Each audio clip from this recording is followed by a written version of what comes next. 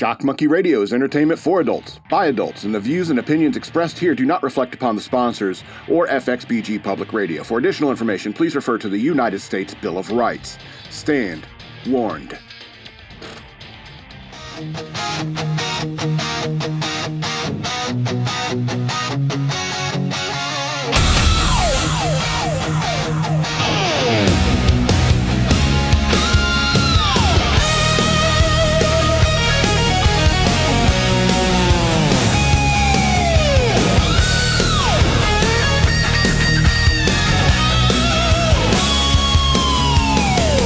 Neon nights, howling skies, static sparks where chaos flies, shadows crawl electric veins, tune to madness, dial the rage, the world's a jungle stage by stage. Shock Monkey Radio, feel the static, let it go. Monkey Radio, twist the dial and lose control.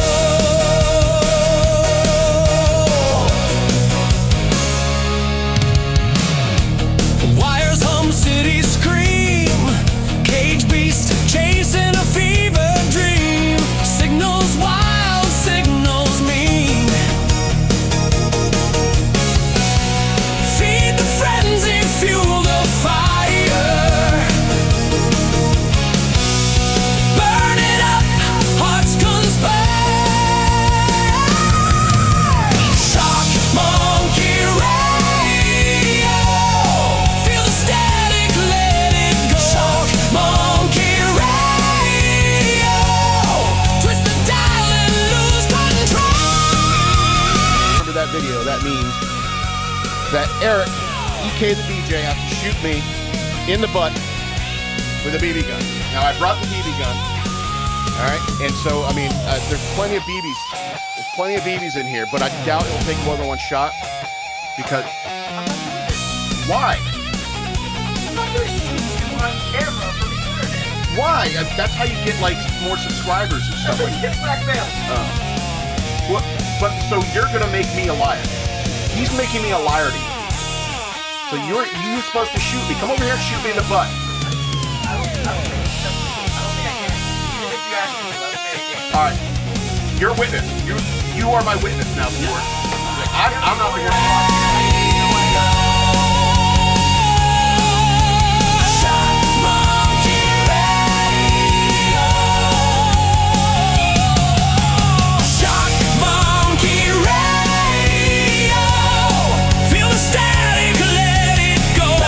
Monkey Radio, twist the dial and lose control.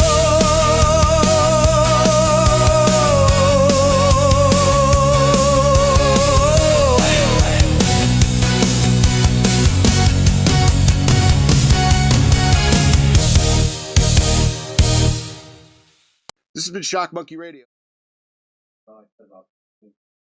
It's all right. They'll get another one at the end. You got my audio now? Oh, yeah. Okay. Well, this is Shock Monkey Radio. I'm your host, the Madman. We clearly have a new theme song. I just wanted to play the whole thing one time on the live show, and then you can still watch the video if you want to watch the very end on the YouTube channel. But next time it'll be shorter. We'll get a nice clip. I'm thinking like the second pre-chorus into the chorus, the second chorus, and then it goes to the solo, and that's a good place for you. Like we have time to like, what's that when you go down in volume? Huh? Duck it. Duck it. I thought it was pronounced ducat. Anyway, yeah, welcome to Shock Monkey Radio. I have a Patreon. Go to patreon.com/shockmonkeyradio. Become a patron today, and you too could be one of the patrons who comes up with an AI song that becomes the new theme song. Thank you to Lee, one of our patrons. Thank you so much for making that. And I tell you, I had a lot of fun making the video for it. He made the audio. I made the video. I was able to tell the story. You know, I did a couple fun clips from back in the day. The shaving the head on the air.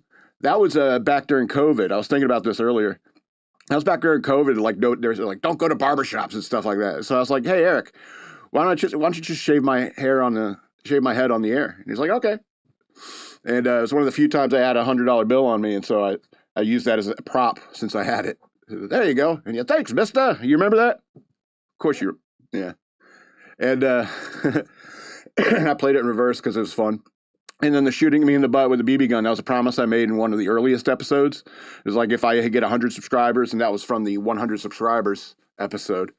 I said, you have to shoot me in the butt with a BB gun. You're like, I'm not doing it. And it's like, you know, we could have millions of subscribers by now if you had done it, man.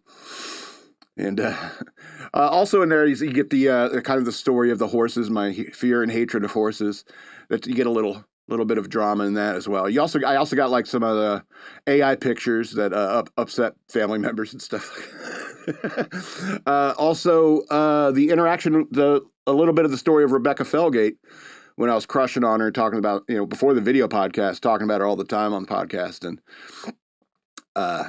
then she finally found out I was doing that and like commented on the Shock Monkey group. It was fun times. Some stories I think it accurately represents. We had Devin in there as well. God rest his soul. Used to be a co-host and passed away a few years ago. You know, it's good stuff. It's good stuff. Welcome to Shock Monkey Radio. So I had a cold open prepared for today, but then we had an awesome new theme song to deal with.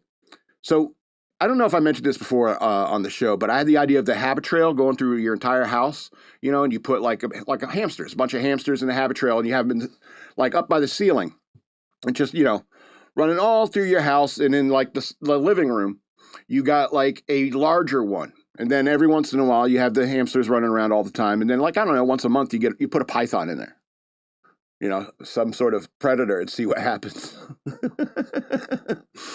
you know? And then I was thinking the other day, it's like, that's a good idea. But if you want to like take it up to the next level in terms of expense and insanity, what you do is you get an aquarium. You build an aquarium that runs the length of your entire house, right? And you get a whole bunch of like different types of peaceful fish. And then every once in a while you throw in a predator. See what happens. Is it illegal to do that, do you think? It's like, I don't know. if you like, for example, if you keep going to the pet shop and you buying all these like custom aquarium supplies, it's like I spend a lot of money here. Like what? Like PetSmart? I guess you get stuff like that. I spend a lot of money here. I don't want you to ask any questions. It's like, well, you got all the. I know you bought a whole bunch of these like docile fish, but now you're buying a predator. If you put it in with the tank, it's like, yeah, I know. It's like that. What do? You call the police? ASPCA? PETA? I don't know. I was just thinking, you know, could you get in legal trouble for doing something like that? Anyway. Weird idea I had. All right. I got a big movie review to do, so we'll go through these topics pretty quickly. I was thinking this the other day, like how many people are right now listening to the Insane Clown Posse and looking at themselves in the mirror putting on makeup? How many people are doing that? How many of them claim to be men? You know, and I thought that was like, oh, that's a very rude joke to say to these people who dress like clowns, like evil clowns, and rap horribly because their music is so terrible. But I mean, it's not exactly a new concept, you know.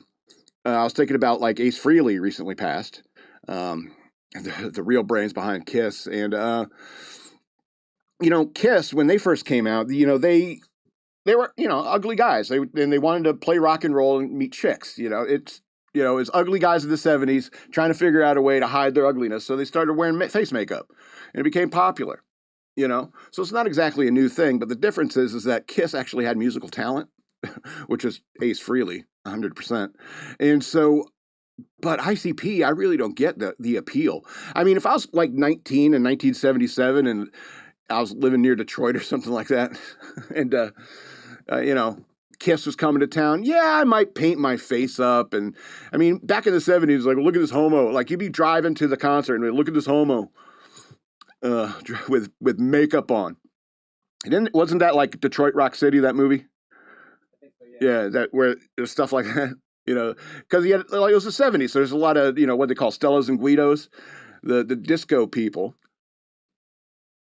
and the rockers. They were kind of different, Kiss and so forth. But I mean, it never occurred to me to go want to follow Insane Clown Posse or anything like that because the music's terrible. And what's funny is that I never thought there'd be a point in my life where I'd say that Kiss is better than another band because Kiss is not not good music. It's not good at all. In fact, I was listening to like Gavin McInnes posted on Twitter after Ace Frehley passed, back in a New York Groove, which he did on a solo album, and that one song is better than every single Kiss song. You know what I mean? Because it has like what do they call it? Like musical changes. It's not just strumming the same chord. What's that Loverboy song, "Turn Me Loose," where it's just A B A B A or something like that? It's just over and over. It's what are you doing? Anyway, and I also found it interesting because like wearing Kiss makeup is kind of like clown makeup, and Insane Clown Posse is obviously very much like wearing clown makeup. And what's interesting is I went to like generate some. I wanted to put like Ace Frehley makeup on the Shock Monkey Radio guy, Shock Monkey, and it wouldn't do it. I kept asking. It's like, oh, is Ace Frehley's face makeup copyrighted? What about like Violent J and the other dude? Is their makeup copyrighted? Because I know there's a law going back like 100 years where clowns are not allowed to use each other's makeup style. Because the whole idea is like if you're a clown in a town, and you're Mr. Giggles, it's like, and Mr. Giggles, come, you hire Mr. Giggles, come perform at your party and stuff like that. I'll make the kids laugh. I'm Mr. Giggles. And then you have another guy in town who just wears Mr. Giggles' face makeup, and he has an ad underneath say, "You want Mr. Giggles for less? I can do it too." And so like these clowns would start suing each other. It's like he's wearing my makeup, and so like their makeup is like copyrighted, and it goes back like 100 years. Isn't that crazy? So don't act like it's not anything new. These Insane Clown Posse people, these insane Clown Posse people, you're not doing anything new. You're just clowns. Anyway. All right, one more thing and we'll talk about a movie review. I don't trust people who don't drink or smoke. Let me rephrase that. I don't trust people who don't have any vices. All right. Yes, I'm Baptist. Why do you ask? Anyway, the point is that for example, if you're like one of these straight edge dudes, all right, and you're like, "Oh, just on principle, bro. I don't want to get involved in, putting impure stuff in my body." Okay, I can respect that. I can also respect people who are like Christians that are not like me, not Baptist or something like that. Well, my body's a temple, and I don't want to put anything in my temple. I was like, okay. So you've never had a drink? Never? Like, never. I've made the decision when I was young, and I decided never to get involved in alcohol or drugs. I was like, okay, I guess I can respect that decision. But I mean, I don't know. I think you might turn out weird, like towards the middle or end of your life, if you don't have any vices. I don't know why I think this way. Maybe it's because I was raised Baptist. And then you have the people who are like, "Oh no, I don't want to have any alcohol." It's like, "Oh, well, why is that?" Well, because and this is a very common tale for junkies. Like, well, one beer leads to 6 beers, and then six beers leads to 8 beers, and then I'm looking for Coke, and then it's 4 a.m. and I'm out of Coke. And then I was like, anything at all is you end up with some heroin, and then boom, I'm dead. And so it's, I see, you have no self-discipline. Maybe that's what it is. It's like you clearly don't have enough discipline to handle things like alcohol, tobacco, and stuff like that with any like self-control or moderation and so forth. And so I don't know. Maybe it's just a Baptist thing. I don't know. But it's, when you don't drink, you don't smoke, you're just a, goody two shoes, don't drink, don't smoke. What do you do? Certain innuendos follow, Must be something inside, behind closed doors. What's really going on with you, Mr. Straight Edge? What a great tune. Maybe that's what it is. I was reading the Bible or something like that, reading a verse about drinking alcohol, and I was like, I'm a Baptist. I don't really believe that. Then I fell asleep listening to Don't Drink, Don't Smoke. Who does that? Adamant? Goody Two Shoes, Adamant? It's not really relevant. Name 2 Adamant songs.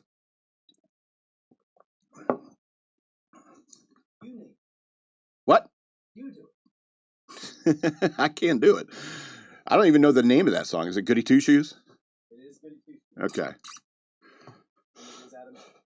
It is Adamant. Memory. All right. We're going to go into a movie review right now. Might be long. Because since I've been doing the movie reviews, I've wanted to review The Watchmen, the 2009 movie, The Watchmen. And unfortunately, doing a review of The Watchmen means going even further back in time into history, into like 1986, 1987, when these comic books came out. Now, back then, because there was things like nudity and adult language in the comic books, I think you had to be like 18 to buy this stuff. So we had to get like older friends to buy this stuff. So I was 9, 10 years old, and I was already reading mature stuff like this already. And so I tell you, during that year, we couldn't wait. I mean, we wore out the copies because it was like a 12-issue series over a year from 86 to 87. And every single month, we all would like just pass it around to each other all month long until the next one came out, reading it and trying to figure out what's going on and stuff like that. So believe me when I say Alan Moore is a hell of a writer. All right. And this is probably his finest work. All right. But I'm going to get to later a bunch of other things I dislike about Alan Moore. What's his name?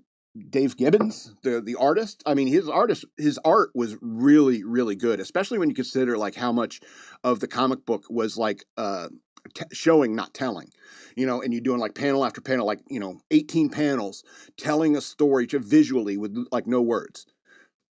It's really good art, especially for the time. And when it comes to the nature of the story that Alan Moore wrote, absolutely that. Nobody has ever seen that kind of like depth in storytelling in comic books ever until that point. So, kudos to Alan Moore for that accomplishment, because this kind of stuff led, when The Watchmen came out, it led to all sorts of more mature titles, especially within DC. They like had the Vertigo, what is it, like a publisher, like sister publisher, and do more mature titles. And then you start getting things like Neil Gaiman and what did he do? Sandman and stuff like that. And, for an older audience. And I like that because, there's only so much of like, haha, take that, villain, you can deal with in the comic books up to that point. Because even up until the 80s, comic books are real kind of cheesy in many ways. And now with something like The Watchmen, you're dealing with like real world themes, like, like rape and like fathering children and like people dying to save or destroy the world. It was very real, visceral, I guess is the word, like very real. And it was great. And not only did Alan Moore have like a whole bunch of information in terms of what was in the story, he also had these like B plot stuff like that, like the Tales of the Black Freighter. After all, in the early 80s, DC acquired Charlton Comics in like I think 81 or 83.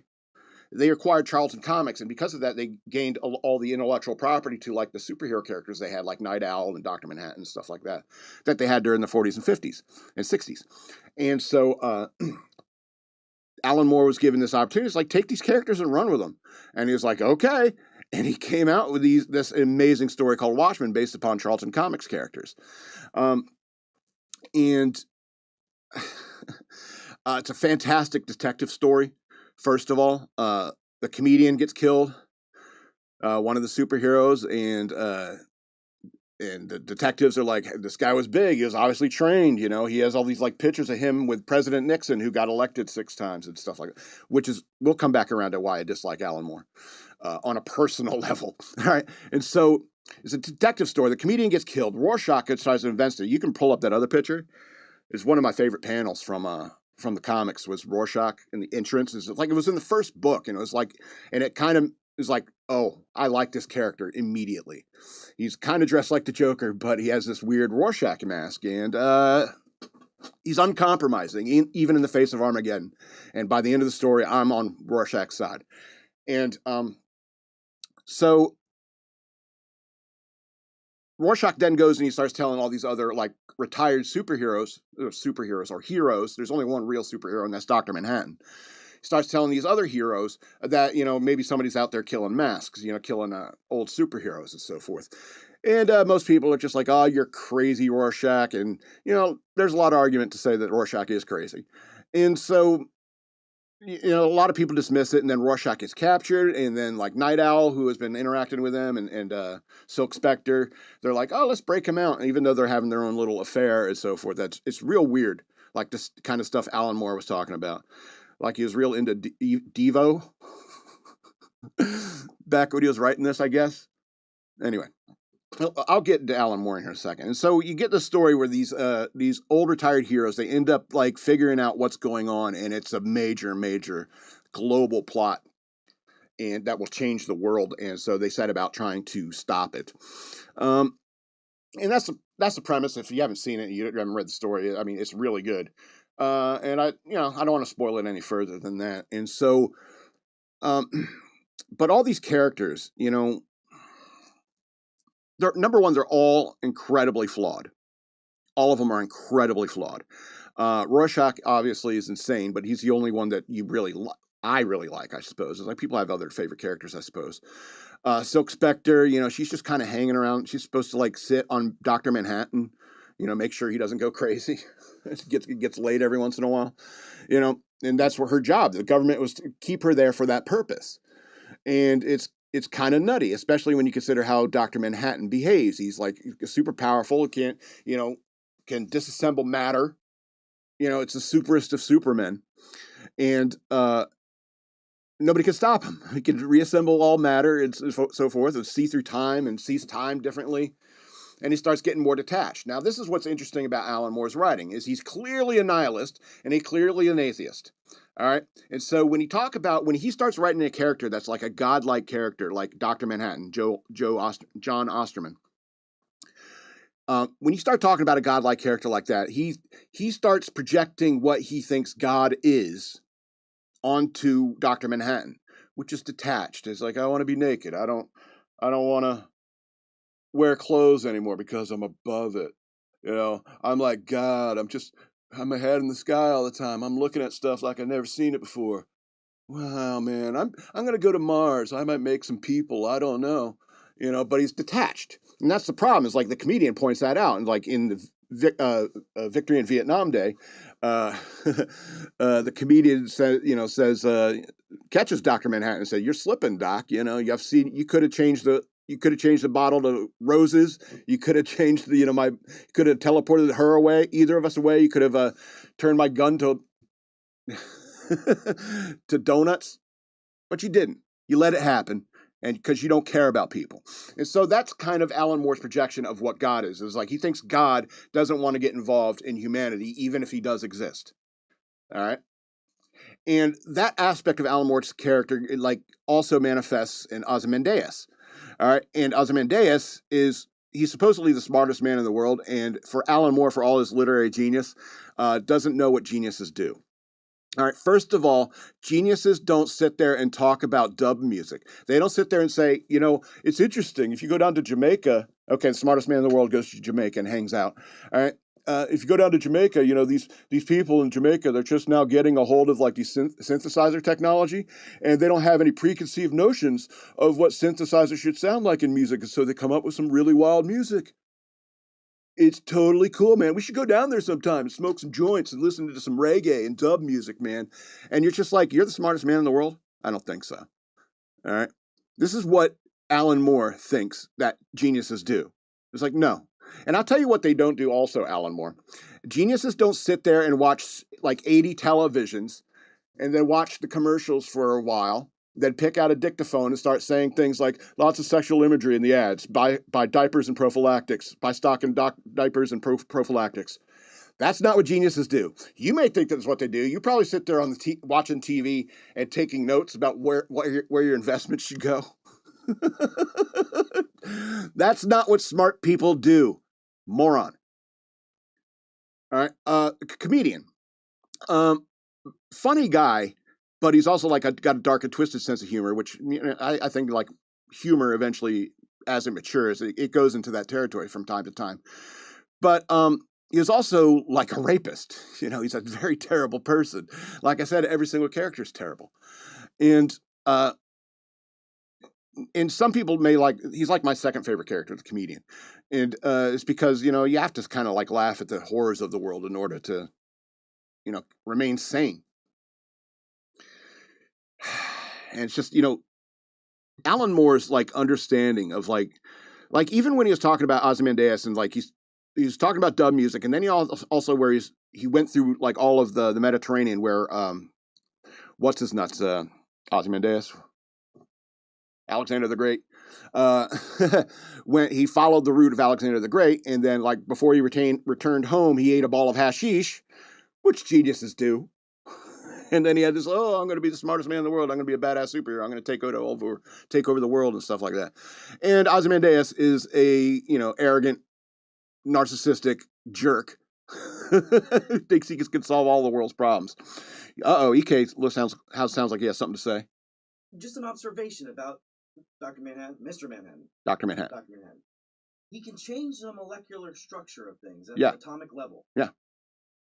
He needs to purchase no hashish. No. This is Ozymandias, not Dr. Manhattan. I'm sorry. I misunderstood. Yeah.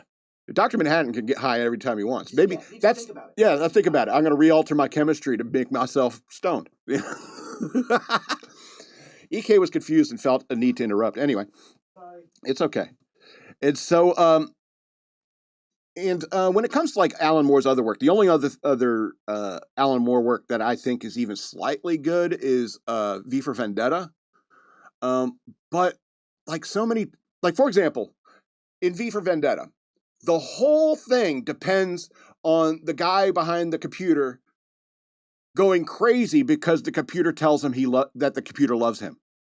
All right, the whole thing hinges upon that. All right, and it's absurd that it would work. All right.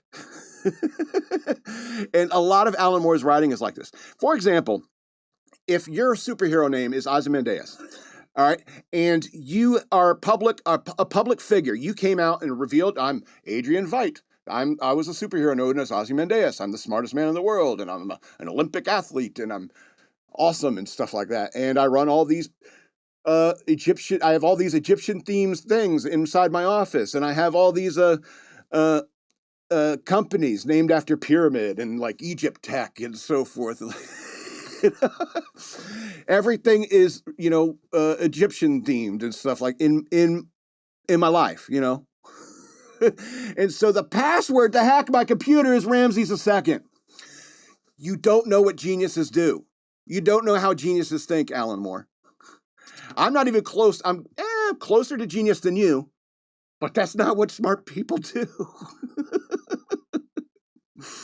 You don't make the password Ramses II.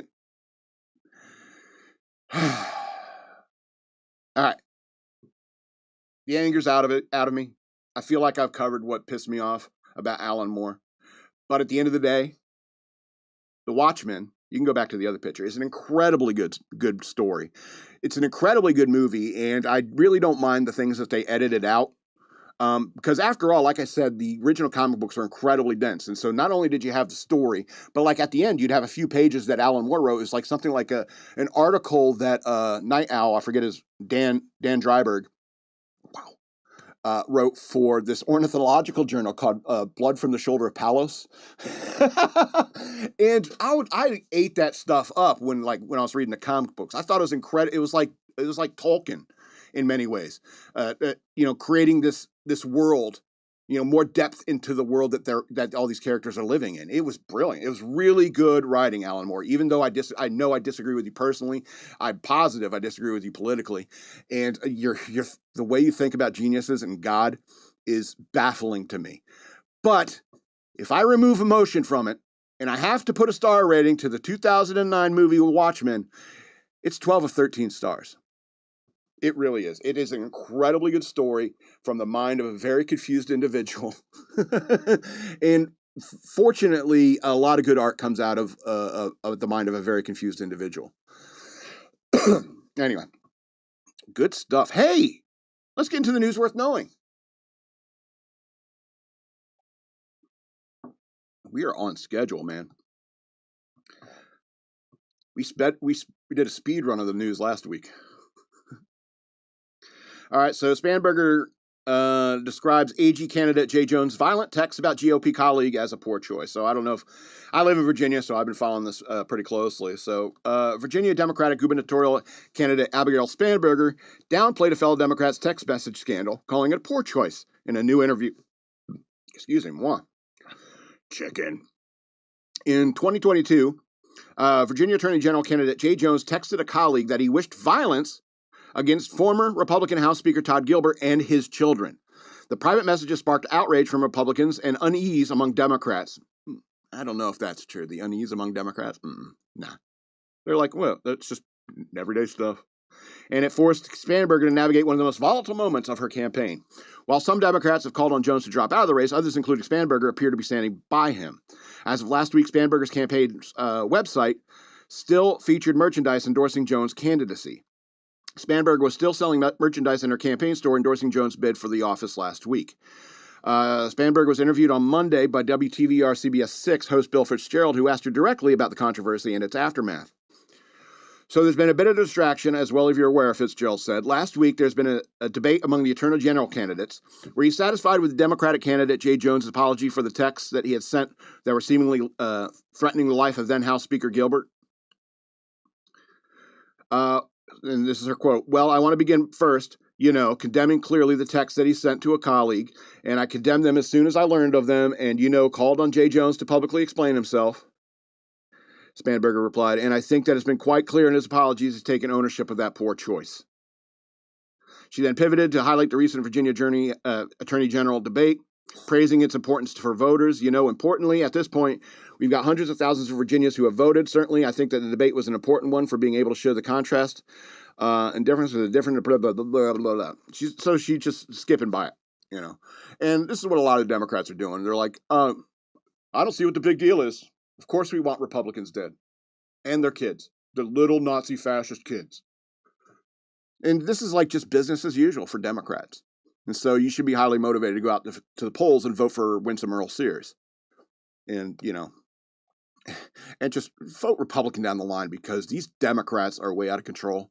When Charlie Kirk was murdered, I mean, have you forgotten this? They murdered Charlie Kirk, and they celebrated. Blue sky was alight. They were so happy on their liberal little echo chamber. And if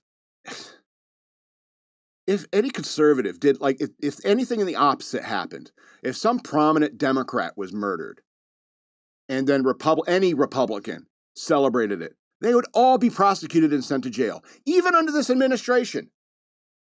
You know why? Because we're going to talk about some other stories about how so many of these Democrats are condoning and supporting violence, and even our conservative presidency, executive branch, is not doing enough to arrest these people, or at least charge them with something. They support the violence. They want to kill us. Vote them out, because they have lost what would my dad say? The cheese has slipped off their cracker. All right, let's go on to the next story. All right. Howard University professor calls on white political allies to emulate vigilante mass murderer. All right. A far-left Howard University professor called for white allies of the leftist political cause to mirror a pre-Civil War era vigilante mass murderer who was eventually hanged for his crimes.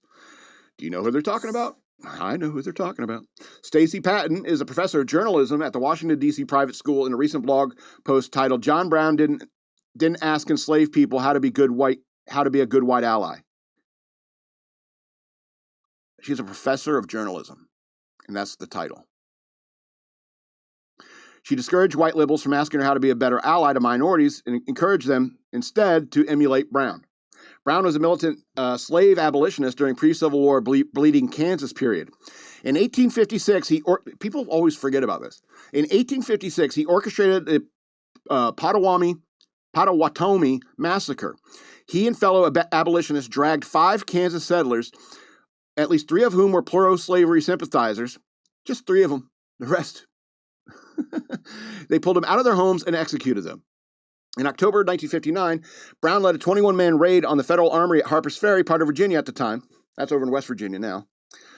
His goal is to start an slave uprising, but few slaves joined the fight.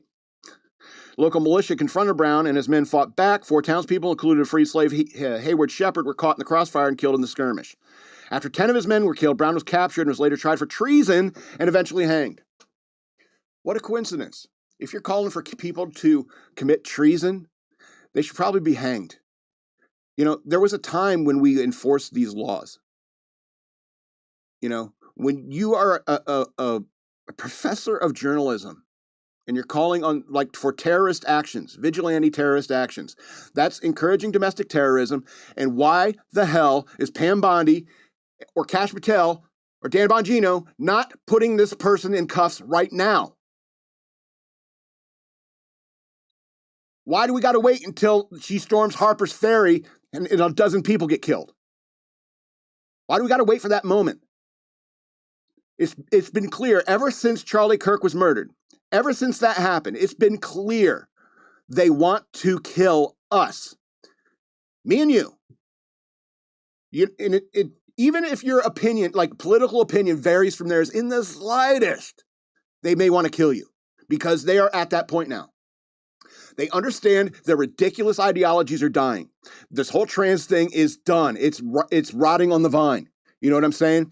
And when they're already crazy to begin with, and now they know that nobody's buying their bullshit anymore, they're going to get even crazier and more violent, and that's why Charlie Kirk was killed. And all liberals like this person cheered their heads off on Blue Sky. They're happy as hell that Charlie Kirk, the evil Nazi, got murdered. We should have arrested all of those people. I'm done playing with these people. I'm done with it. All right? I'm done. And like I've been saying for months now, it's like, bring justice back. I miss that motherfucker. We used to try people for this. There's already laws on the books to deal with this kind of subversion, with this kind of domestic terror threat. All you have to do, Kash Patel, all you have to do, Pam Bondi, is your fucking job. I'm angry today, huh? Yeah, Alan Moore riles me up. That's all there is to it. All right, let's go to the Jen Psaki being very confused. Why does she look at that man that way? I don't understand what that means. So MSNBC's Jen Psaki jokes Usha Vance is scared of her husband, ripped for disgusting comments. All right, so MSNBC host Jen Psaki was denounced for her disgusting comments Tuesday, suggesting Vice President J.D. Vance's wife, Usha, is scared of him. All right, Psaki made remarks on the I've Had It podcast, where I can't believe some of these podcasts have more views than me. It's ridiculous. Anyway, where Jen Psaki should be begging to be on this show. Anyway. Oh, no, there's going to be intelligent conversation. I can't deal with that. Anyway, so on the I've Had It podcast, where she and the host expressed concern over Vance as a member of the Trump administration. She suggested Vance is scarier than President Donald Trump in some regards, and that Usha Vance may feel similarly. Let me look at this picture of J.D. Vance again. Yeah, I guess he is kind of scarier than Donald Trump. Anyway. Scarier looking. Well, wasn't he in the military, J.D. Vance? So, I know he could probably, kill me with his bare hands. Anyway. Yeah, he's scarier than President Trump in some regards, and that Usha Vance may feel similarly. Okay. I think a little Manchurian Candidate, J.D. Vance, boy, they love that movie, don't they? They think it's so easy to brainwash people, don't they? Well, they've been doing it for a long time, so maybe it is easy. Yeah, men can be women. Oh, I'll buy that. All right. J.D. Vance wants to be president more than anything else. I always wonder what's going on in the mind of his wife. Like, are you okay? Please blink 4 times. We'll come over here. We'll save you. And that he's willing to do anything to get there. And your whole iteration, as you just outlined, I mean, he's scary in certain ways, in some ways. Wow. Is that a direct quote? I mean, he's scarier in certain ways in some ways. These are professionals. This was the White House press secretary at one point. This is how she speaks. And he's young and ambitious and agile in the sense that he's a chameleon and makes himself whatever he thinks the audience wants to hear from him. The podcast episode description was also referenced to jokes saying, Usha Vance, please blink twice if you need help. So several ex-users called her out for being, an insane... No. Here's... I'm not going to read what anyone else says in response to Jen Psaki's comments. Jen Psaki, when you look at a picture of Usha Vance looking at her husband, and you get this confused look as like, why does she look at him like that? Is she brainwashed? Is she a Manchurian candidate? So, no, Jen Psaki. See, I understand that you have absolutely no familiarity with this, because Usha Vance may be looking at her husband with love and respect, and probably she doesn't hate men, and she probably doesn't want to murder her babies. Maybe? And it doesn't surprise me that a person like Jen Psaki doesn't understand what it's like, because you have to, in order to it's so funny because there's tons of women out there. It's like, I can't find a good man. It's like, well, you have to kind of like men if you want to get one. it's like I'm a man hating. I was like, I don't need anybody. I don't need a man. I want one in my life. And he has to be sick. You're all real picky about it. And it's just like, no, you don't. You don't really want a man in your life. Because you all hate men. You hate them, and you don't understand women who don't live like that. Anyway. Let's see if, okay, these last two, the two happier stories, I'm done being angry. That's going to cheer me up, and everything will be right with the world again at the end of the show. That's why I do it. That's why I put those funny stories at the end. All right. Was Tim Pool right? Okay. Are we in a civil war? Maybe. North Carolina man recounts shooting after Trump banner was torn from mother's yard. Some people just snap. All right, so a North Carolina man said he was shot at by an angry motorist who tore down a Trump banner in his mother's front yard, an incident he believes reflects the nation's growing political hostility. Mark Thomas, who owns a river rafting business in Nantahala Gorge, I've never been out there. That might be out west, North Carolina. Said he was relaxing at home on September 6th when the shooting occurred. Thomas told Fox News Digital he checked out his security cameras after seeing a man wearing an Antifa-style mask step out of a Jeep Cherokee to look at the Trump banner and attached to a bus parked near his 87-year-old mother's home. Hold on a second. We got to describe this scene. Hold on. Wearing an Antifa-style mask, jumps out of a Jeep Cherokee to look at a Trump banner that is attached to a bus parked near his 87-year-old mother's home. Yeah, this is way country. How old is the bus? Imagine how much rust is on the bus. Oh, we got a picture there. It's not too old. Okay. That is rural setting. Anyway, the man identified police as Benjamin Michael Campbell, 38, was allegedly speeding before abruptly stopping and removing the banner. Being a Second Amendment believer, I reached over, grabbed my rifle, because it was right there, and took off out there onto the porch. Thomas said he fired 2 warning shots into the air before Campbell allegedly got back into his vehicle and opened fire through the sunroof. Monkey pumper. Campbell then fled, only to return moments later and fire several more shots, striking a refrigerator inside the home, Thomas said. Campbell, an Atlanta-based accountant, fled before police arrived. He was arrested September 30th and extradited to North Carolina. He faces charges of felony assault with a deadly weapon, intent to kill or inflict serious injury, discharging a firearm within an enclosure, to incite fear, and willful and wanton injury to a personal property. So is it illegal to fire a gun inside your car? Is that a whole separate charge? You shouldn't do that, by the way. Don't shoot from inside your car. Your ears will ring for like 3 days. He was stunned to learn that Thomas said he was stunned to learn the suspect was a professional in his late 30s. Why? These people are walking around everywhere. These idiots who believe all this stuff, that Republicans are evil and Trump is a Nazi and the American flag is a Nazi symbol, or, idiots are everywhere, man. Idiots could get jobs too. I don't know if you've worked lately, but idiots could get jobs too. Is this camera going to lose battery? I see that blinking one light.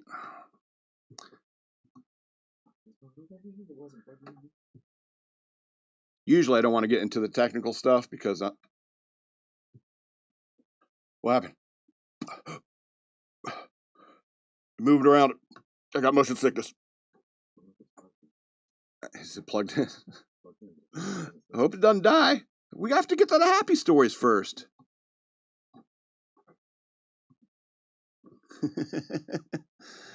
Logistics.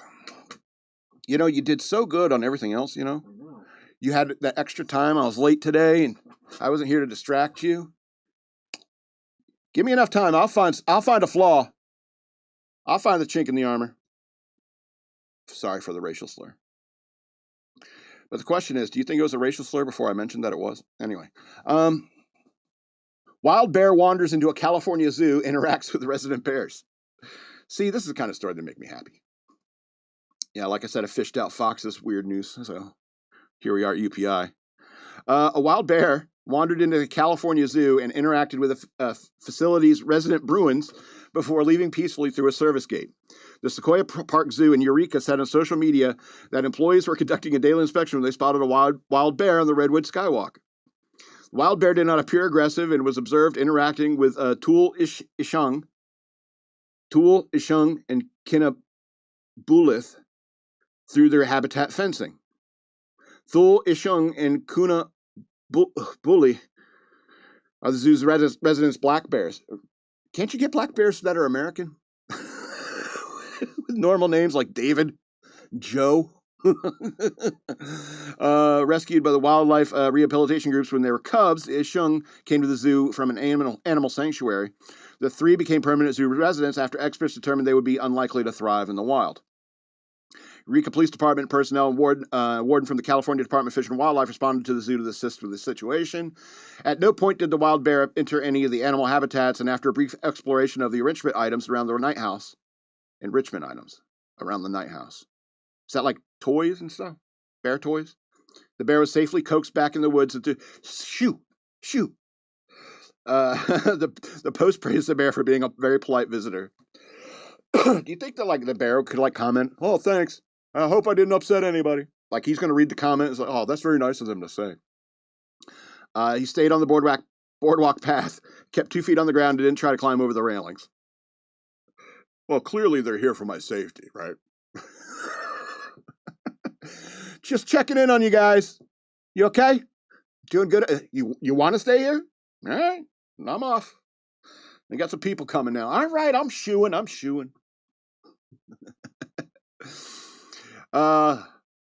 It could have been worse, you know. Bear wandering around. He could have got why? Let my people go. He could have got all Moses. Do you think 7 plagues? Do you think a bear? What kind of plagues would bears bring? Would it be a plague of bears? It's not like there are any plagues of humans. Disease, I suppose. Locusts. Anyway. Let's go to this last story about, you ever want to punch an otter? It never occurred to me. I thought about punching horses lots of times, but an otter? I don't know. Surfboard stealing otter attacks resume at a California beach. October 20th. Visitors to a California beach were warning of an aggressive otter with a habit of stealing surfboards, and this isn't the first time. This story is wild. Isabella Orduna said she was surfing Wednesday evening at Steamer Lane in Santa Cruz when a sea otter bit her foot and climbed atop her surfboard. I'd call it an exploratory nip, Orduna told the New York Times. It didn't puncture my skin or anything. It was like, hey, I want to ride. Kind of bite. She said the otter remained on board for 20 minutes before being driven away and with help of other beachgoers. Mark Woodward, a local photographer who captured photos of the Orduna's encounter, returned to the same area on Thursday and witnessed an otter commanding another surfer's board. You think it's the same otter? I think it's the same otter. Woodward said the surfer was a teenage boy who attempted to paddle away from the animal, but the otter grabbed onto the leash connected to the surfer's leg and the board and pulled him backwards. You little shit. A sign was posted at the beach on Thursday reading, "Warning, aggressive sea otter in this area. Enter the water at your own risk. Keep away from marine wildlife." How big are sea otters? Looking it up right now. How big are they? Could you grab a hold of a teenage boy and like pulling them? They're 30 to 100 pounds. Plus they have the grab a hold of your surfboard. Little shits. The otter dubbed Otter 841. Come on. Give him a name. Call him like Otto. Sorry, I could come up with a better one. Call him Wilford Brimley. Look at an otter and tell me you don't see Wilford Brimley. Anyway, the dubbed Otter 841 became infamous in 2023. So he's like for years now for a string of incidents where the female otter attacked surfers and stole their boards. It's not known whether the same otter is responsible for the most recent incidents, as Otters 841 is no longer tagged.